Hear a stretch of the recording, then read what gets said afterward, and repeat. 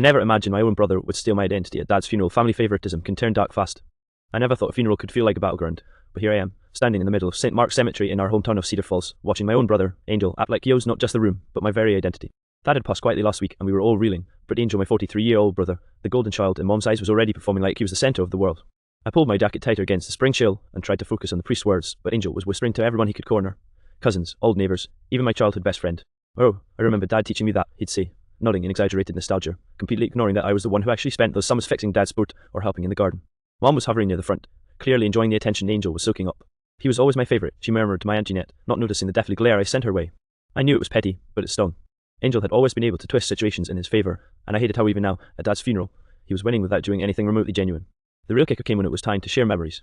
I had written a small, heartfelt speech about Dad, the good, the messy, the silly stuff that only I had experienced. I stepped up, cleared my throat, and before I could even start, Angel elbowed me lightly, smiled at everyone, and launched into the story I had prepared. He didn't just tell it wrong, he narrated it as if he had lived it himself. He even mimicked Dad's laugh in the exact way I remembered. People laughed, teared up, and patted his back. I felt my stomach twist. I wanted to scream, that was my memory, but the chapel felt too heavy, the air too thick. Aunt Jeanette caught my eye, mouthing, "Are you okay?" I nodded, but inside I was boiling. Afterward, as people mingled, Angel cornered my cousin Michael. "You know, I always felt closer to Dad. He really confided in me about everything," he said, flashing that infuriating smirk. Michael nodded, unaware that Angel was twisting the truth. Meanwhile, I was left standing alone, replaying every stolen story in my head, realizing that Angel wasn't just seeking attention, he was trying to replace me in our family's narrative. By the time the reception rolled around at the Cedar Falls Community Hall, I couldn't ignore it any longer. Angel had claimed my stories, my memories, even my position as Dad's favourite, all under the guise of charming cursor. I knew this was more than favoritism, it was identity theft in the most personal, soul-crushing sense. And I had no idea how I was going to confront it without causing a full-blown scene. I watched him laugh with Mom, feeling completely invisible, and wondered, how did my own brother become so good at writing the past and at making everyone believe it?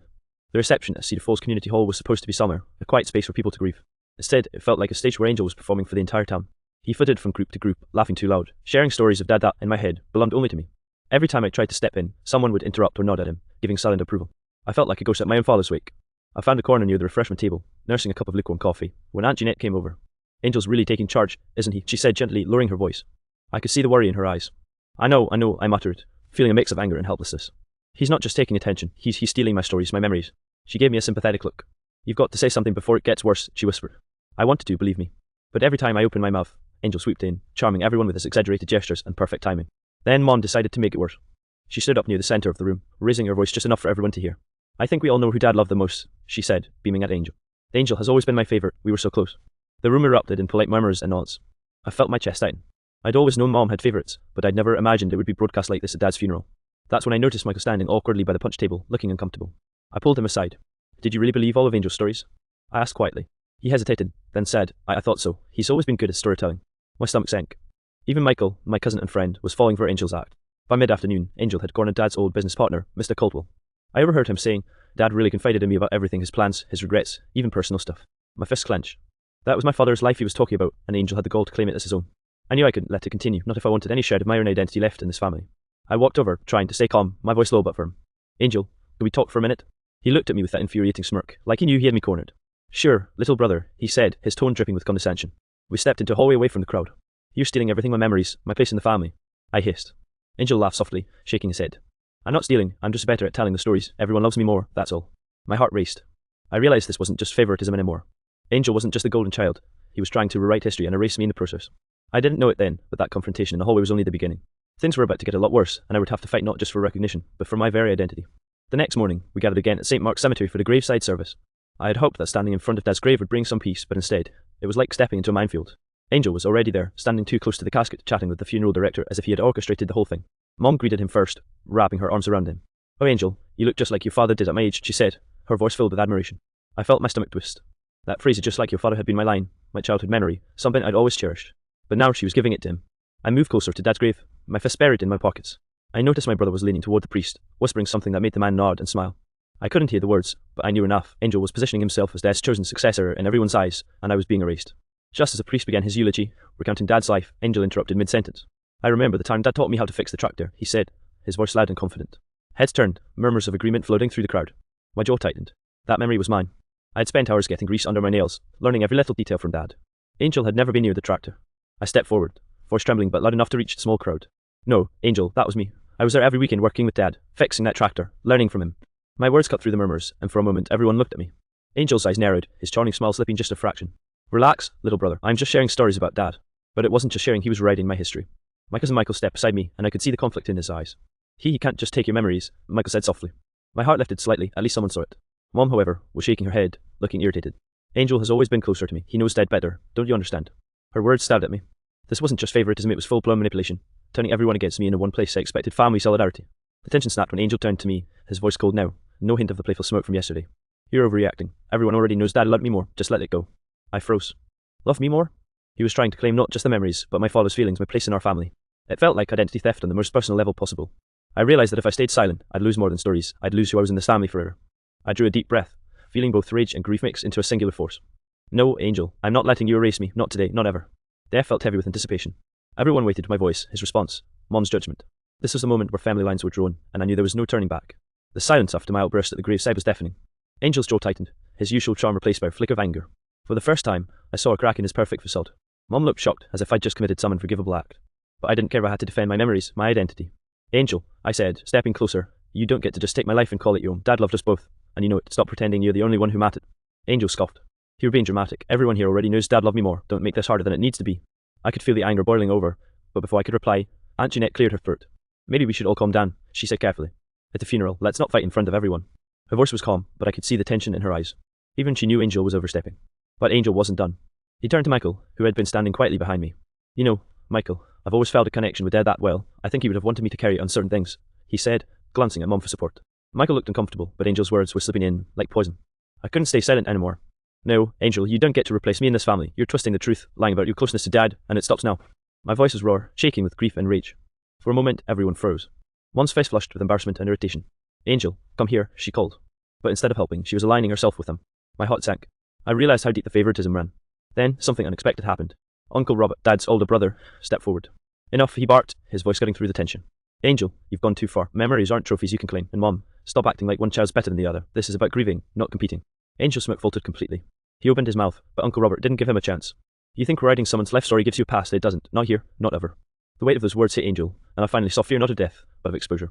He stumbled back, his perfectly rehearsed stories crumbling under the scrutiny. Mom opened her mouth to argue, but even she hesitated. I took a step forward, my voice steady now. Dad knew who I was, he knew me, and I'm not letting you erase that. You can try to charm everyone, but you can't steal my life. For the first time, the room went quiet, not the polite silence of a funeral, but the kind that comes when family secrets are laid bare. Angel looked around, realizing for the first time that his favoritism, his lies, and his manipulation weren't invisible.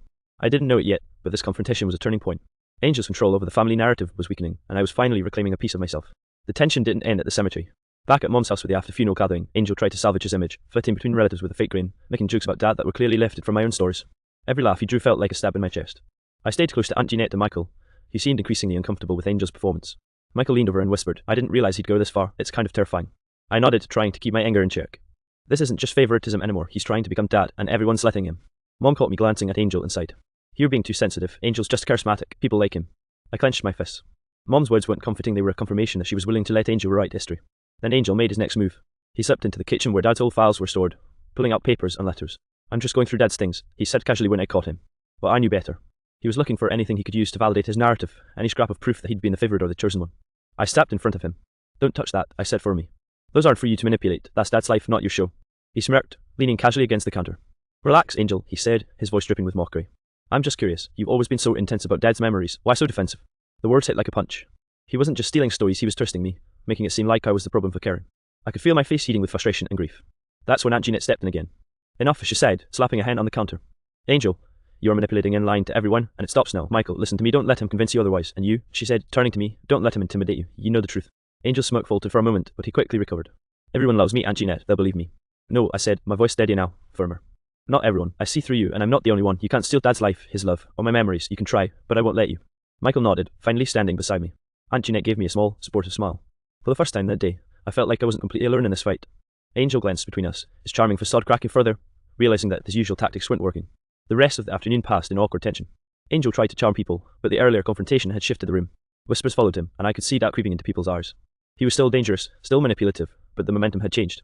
I realized something crucial. Reclaiming my identity wasn't going to be easy, but with allies like Aunt Jeanette and Michael, I could fight back. Angel might try to erase me, but I wasn't going to disappear without a fight. By the evening, the after-funeral gathering had turned into a tense minefield. Angel was pacing near the living room, phone in hand, pretending to text, but clearly eavesdropping on every conversation. I could see the desperation in his movement. He knew he'd lost some of the control he had wielded so effortlessly earlier. Mom, still clearly on Angel's side, tried to smooth things over. Angel, everyone just wants to remember your father. Don't make waves, she said, her tone both warning and pleading. Angel's jaw tightened, but he forced a polite smile. Of course, Mom. I just want everyone to hear the stories right, he said, subtly inserting himself back into the centre of attention. I couldn't let it slide. I moved closer, stepping into his sphere of influence. You've had your chance, Angel. You're not going to rewrite my life or Dad's life. Stop pretending you were the favourite. My voice was louder this time, echoing slightly in the living room. Angel's smirk faltered again, replaced by something darker. You're really overreacting. Everyone already believes me. You're making a scene, and it's embarrassing. His tone was sharp, venomous, and calculated. I could feel the tension spike. That's when Aunt Jeanette intervened. She stood beside me, placing a steady hand on my shoulder. Angel, you're done. No more lies. No more stealing memories. This family isn't yours to control, and your favoritism stops now. You can't erase someone else's life to make yourself look better. Her voice carried authority, cutting through the growing murmurs of the other relatives. Michael, who had been silently observing, finally spoke up too. Angel, she's right. You can't manipulate everyone here. Some of us see the truth. I glanced at him, grateful for his courage. Even a small ally mattered in this mess. Angel's face twisted with frustration, his charm shattered. You think you've won? This isn't over. They'll always like me more. I'm better at everything. I stood my ground, locking eyes with him. No, Angel, you're not better. You're selfish, manipulative, and cruel. You can't steal our memories or Dad's love. You might fool some people, but not me and not those who truly know the truth. The room went quiet. For the first time, Angel looked small and steady, the confident mask crumbling. Mom's eyes flickered with uncertainty, the first hint that she might question her favoritism. Even Angel's usual allies seemed hesitant, unsure of how to react. I realized then that the tide had turned. Angel's desperate attempts to assert control were failing. My voice, backed by Aunt Jeanette and Michael, had broken through the carefully constructed narrative he tried to build. For the first time since the funeral began, I felt a flicker of relief. I wasn't completely erased. My memories, my identity, my connection to Dad, they were still mine. Angel could try, but he couldn't fully replace me. By the next morning, the house was quiet, the storm of grief and confrontation settling into a fragile calm. Angel stayed mostly in his room, avoiding the rest of the family, his usual confidence replaced by a brooding silence. For the first time, I saw him not as the untouchable golden child, but as a man exposed, cornered by his own lies and favoritism. Mom was sitting at the kitchen table, staring at her coffee. I approached cautiously. Mom, could we talk? I asked. She looked up, her eyes tired but softer than they had been the day before. I may have gone too far, she admitted quietly. I didn't realize how much I was letting him take from you, Angel included. I nodded, feeling a mix of relief and lingering resentment. I just want us to remember Dad for who he really was and for who we really are, not who Angel pretends we are. Mom didn't argue, just nodded slowly, a small step toward reconciliation. Aunt Jeanette and Michael joined us, and together we started sorting through Dad's things, the letters, photos, and journals that Angel had tried to claim. This time, I felt empowered, taking my rightful place in the process. Every story I shared, every memory I recanted, was met with acknowledgement and gratitude. No one tried to rewrite them. Later, Angel emerged from his room, looking sheepish. He avoided my gaze at first, then finally met my eyes. I guess I got carried away, he said, voice low. I didn't mean to hurt you, I just wanted to be close to Dad. I sighed, feeling a mix of frustration and pity. Angel, closeness isn't about stealing someone else's life. You can honour Dad without pretending to be me, or him, or anyone else. You have to find your own way. He nodded, and for the first time, I saw a glimmer of understanding. It wasn't a complete reconciliation, our family was still fractured, favoritism and resentment still lingering, but it was a start. Over the next few days, as relatives trickled back home, I noticed a subtle shift. Conversations included both mine and Angel's experiences with Dad. No one tried to erase or diminish anyone's memories. It was awkward at times, but honest. Even Mom began acknowledging that both of her sons had unique and valuable relationships with Dad. By the time the week ended, I felt a sense of closure. Angel hadn't disappeared, and I didn't expect him to change overnight, but the power to define my own identity and to honour Dad in my own way was back in my hands. Standing in Dad's study one last time, holding one of his old journals, I realised something crucial. Identity isn't just inherited or given as claimed. And today, I had claimed mine. Angel lingered by the doorway, watching silently. I didn't need his approval. I had my memories, my truth, and the quiet reassurance that no amount of favoritism or manipulation could take that away. The funeral, the manipulation, the favoritism, it had all been a storm. But through it, I had survived, and I had reclaimed my